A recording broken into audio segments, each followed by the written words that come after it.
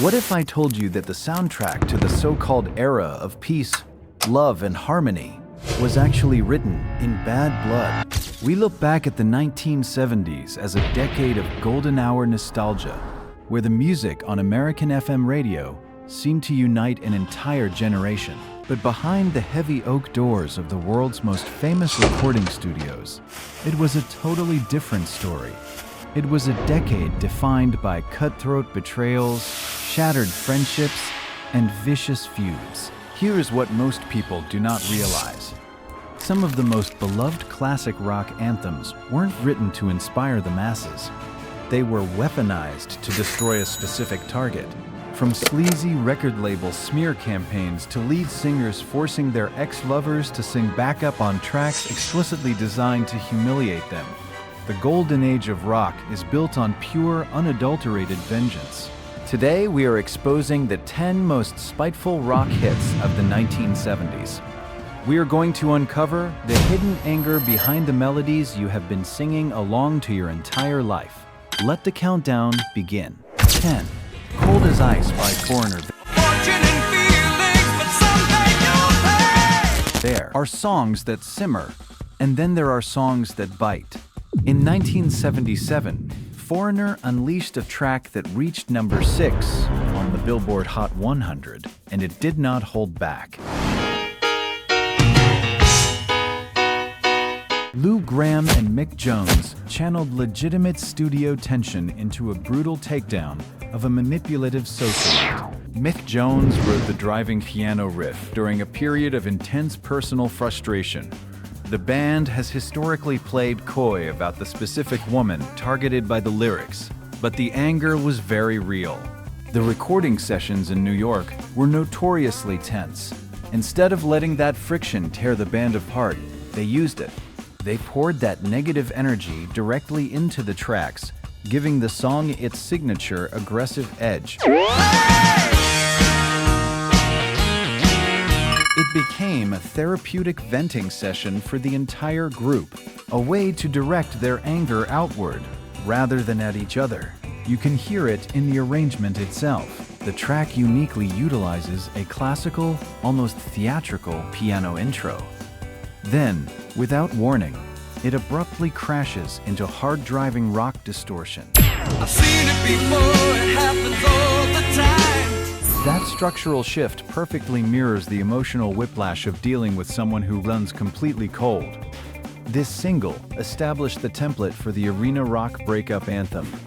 It proved that heartbreak could be weaponized into stadium-shaking anger, giving millions of jilted lovers a reason to turn up the volume. Sometimes, the best revenge is a hit record that outlasts the person who broke your heart. 9. Big Shot by Billy Joel.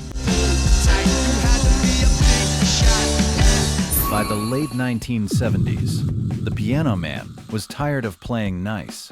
Billy Joel had spent the decade building a reputation as a romantic balladeer, but he found himself increasingly surrounded by the elite Manhattan socialite crowd.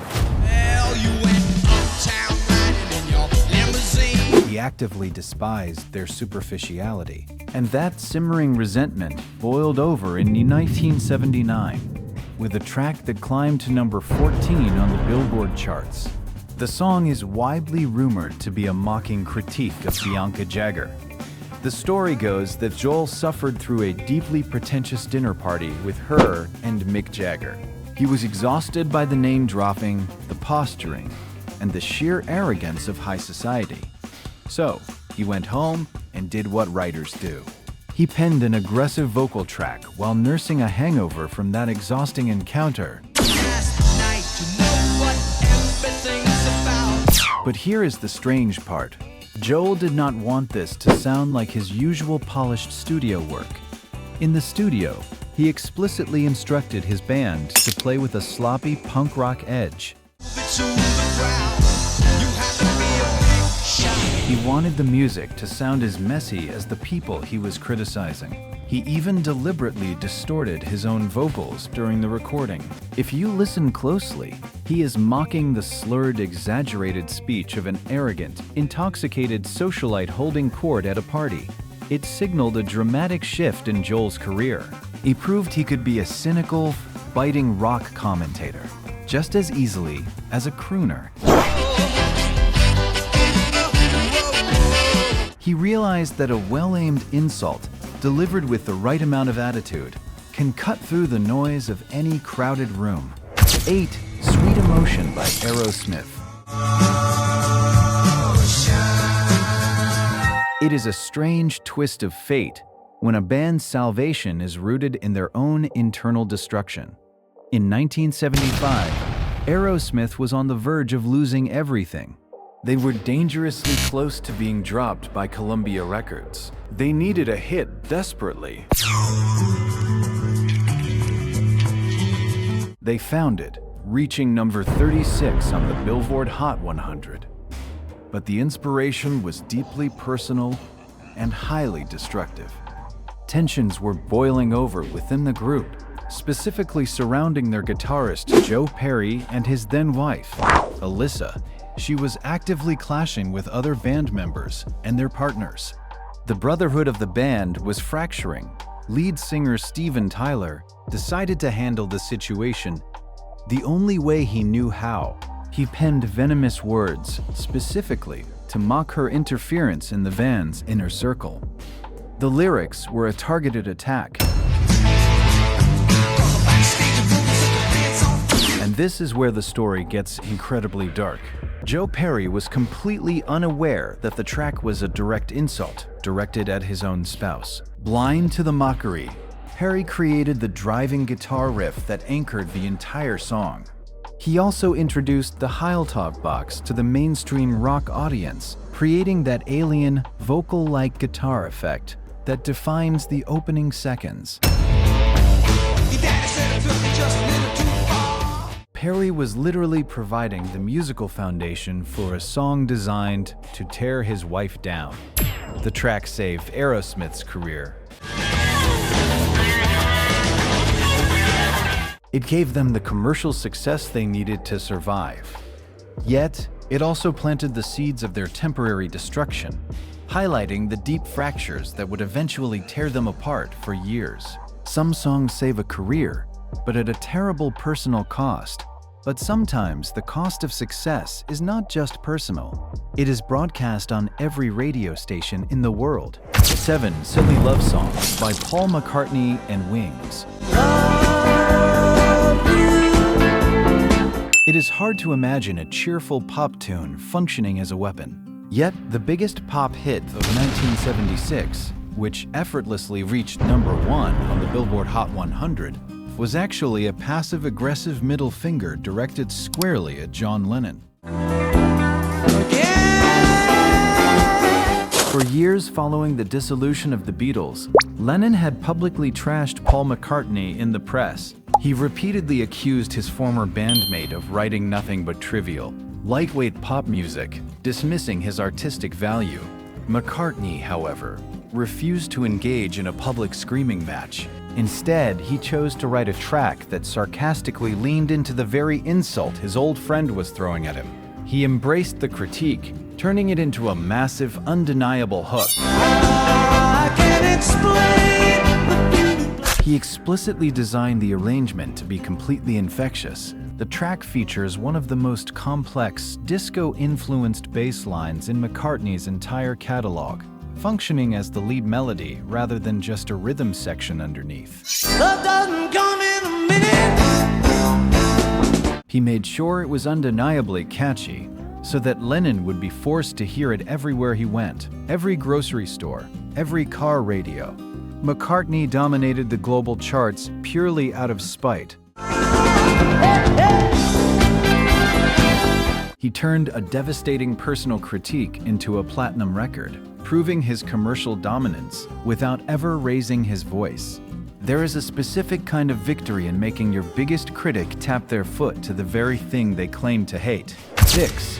Reeling in the Years by Steely Dan's. Some grudges are loud and sloppy.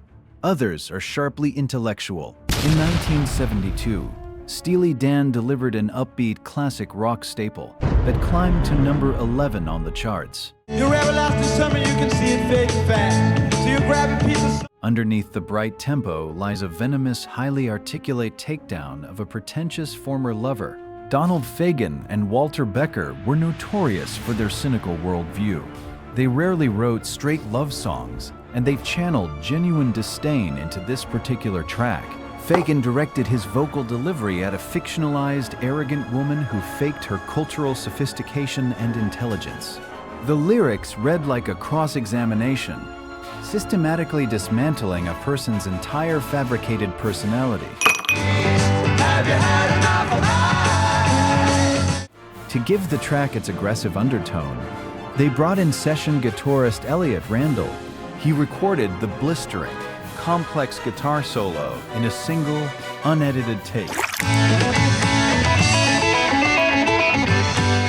And that's where everything changes. The sheer technical brilliance of that solo elevated the song from a simple pop complaint into a musical masterclass. Jimmy Page of Led Zeppelin has frequently cited the guitar solo on this track as his absolute favorite of all time. It proved that jazz rock fusion could be laced with mainstream pop accessibility and bitter, biting sarcasm. Fagen and Becker realized early on that you can insult someone profoundly as long as you give the audience a rhythm they can dance to. 5 Barracuda by Heart. Barracuda. There is anger, and then there is righteous fury.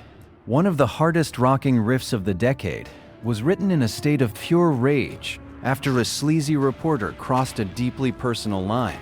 In 1977, Heart struck back against the music industry with a track that peaked at number 11, and it remains a masterclass in musical hostility. The band's record label, Mushroom Records, had purchased a full-page trade magazine advertisement implying that sisters Anne and Nancy Wilson were lesbian lovers. The label was desperate to manufacture a scandal to sell records, entirely disregarding the humanity of their artists. Following a concert in Detroit, a promoter approached Anne to ask about her so-called lover, deeply insulting her. She immediately retreated to her hotel room. She penned the furious lyrics as a direct, unvarnished attack on the predatory nature of the music business. You can feel the mechanical coldness in the instrumentation. The galloping guitar riff utilized palm-muted harmonics to sound like a literal predatory machine closing in on its prey. It is heavy, unrelenting, and completely unapologetic. Think about that for a second. They took the feeling of being hunted and turned it into the very sound that made them superstars. The song stands as a monumental pushback against the rampant sexism and exploitation of women in the 1970s rock industry. Sometimes, the only way to deal with a sea of predators is to show them your teeth. 4. Sweet Home Alabama by Lynyrd Skynyrd. Rock history is full of subtle jabs, but occasionally a band decides to just name names. In 1974, the most recognizable Southern rock anthem in history peaked at number 8 on the Billboard Hot 100. It was written explicitly to insult Canadian folk rocker Neil Young. Young had recently released 2 tracks that heavily criticized the American South for its history of racism and violence. Ronnie Van Zant, deeply offended by an outsider generalizing the entire region he called home, wrote a direct musical response to put Young in his place. He felt that condemning millions of people based on geography was entirely unfair. What's most interesting is the dual nature of this feud.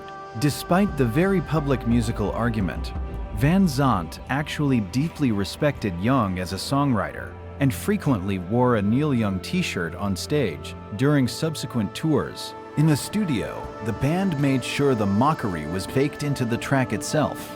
The song famously features the producer, Al Kooper, doing a terrible mocking impression of Neil Young singing the background vocals in the second verse. It is a subtle detail, but one designed specifically for those paying close attention to the rivalry.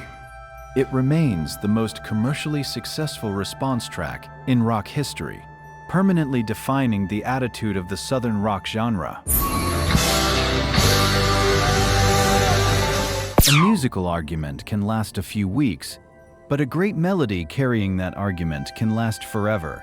While Southern rock feuds were built on regional pride, the most devastating musical arguments happen between family. 3. How Do You Sleep? By John Lennon. How do you sleep at night? In 1971, John Lennon wrote a track solely to publicly humiliate Paul McCartney. You better see right through. He did not just criticize him. He compared his former partner's new music to elevator noise. The context here is crucial. Following the bitter, highly publicized legal dissolution of the Beatles, McCartney retreated to his farm and released his album Ram. That record contained subtle lyrical jabs at Lennon, mostly gentle pokes from a wounded friend. Lennon responded with overwhelming scorched earth force. He booked a recording session at his massive Ascot estate and specifically invited George Harrison to play slide guitar. He was effectively ganging up on McCartney with another former bandmate, turning a personal disagreement into a public tribunal. The studio atmosphere was notoriously tense, thick with years of unresolved grievances. Lennon's new manager, Alan Klein, was right there in the room. Klein actively suggested lyrics to make the insult even more painful, turning the recording process into a collaborative assassination of McCartney's character. To twist the knife further, the song begins with ambient studio tuning noise.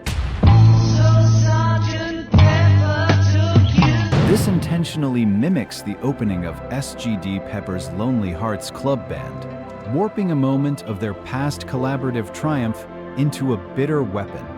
It shattered the illusion of the Beatles' brotherhood forever. It proved that the most celebrated songwriting duo in history ended in absolute bitterness. Sleep at night. Sometimes, the people who know you best are the exact ones who know how to destroy you.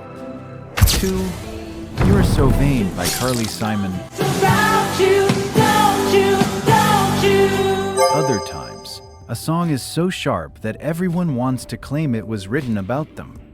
In 1972, Carly Simon released a #1 hit where the target was so universally hated in Hollywood that 3 different famous men assumed the track was about them. And all the girls dream that they'd be your partner. Simon deliberately crafted a lyrical mystery. She dropped highly specific clues about private jets, apricot scarves, and Saratoga horse races to taunt an arrogant ex-lover. And that you will never. She was painting a picture of a man entirely consumed by his own reflection. For decades, the public furiously debated the subject, suspecting actors like Warren Beatty or musicians like Mick Jagger and James Taylor.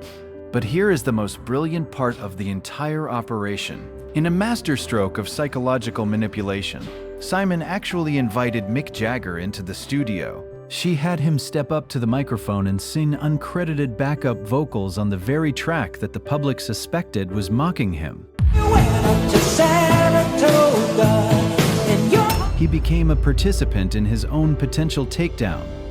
The arrangement is just as sly as the lyrics. The bass intro, played by Klaus Voormann, is instantly recognizable.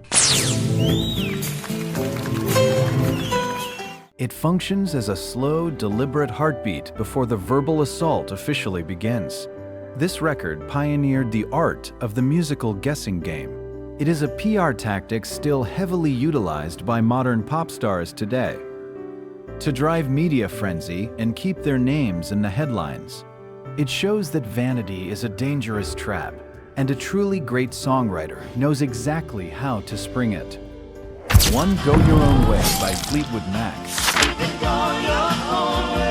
But there is one track that stands above the rest when it comes to pure, unadulterated spite. It reached number 10 on the Billboard Hot 100 in 1977, but its cultural footprint is immeasurable. Lindsey Buckingham forced his recent ex-girlfriend, Stevie Nicks, to sing backup on a track where he publicly accused her of promiscuity. The recording sessions for Fleetwood Mac's Rumors in Sausalito, California, were a chaotic, suffocating nightmare. The environment was fueled by rampant cocaine use and the simultaneous agonizing collapse of two different romantic relationships within the band. They were trapped in small rooms together, bleeding out emotionally. Buckingham wrote the track as a spiteful, bitter farewell to Nicks. He specifically included lyrics that accused her of wanting to sleep around behind his back. When Nicks heard the words, she furiously demanded he remove the insulting lines.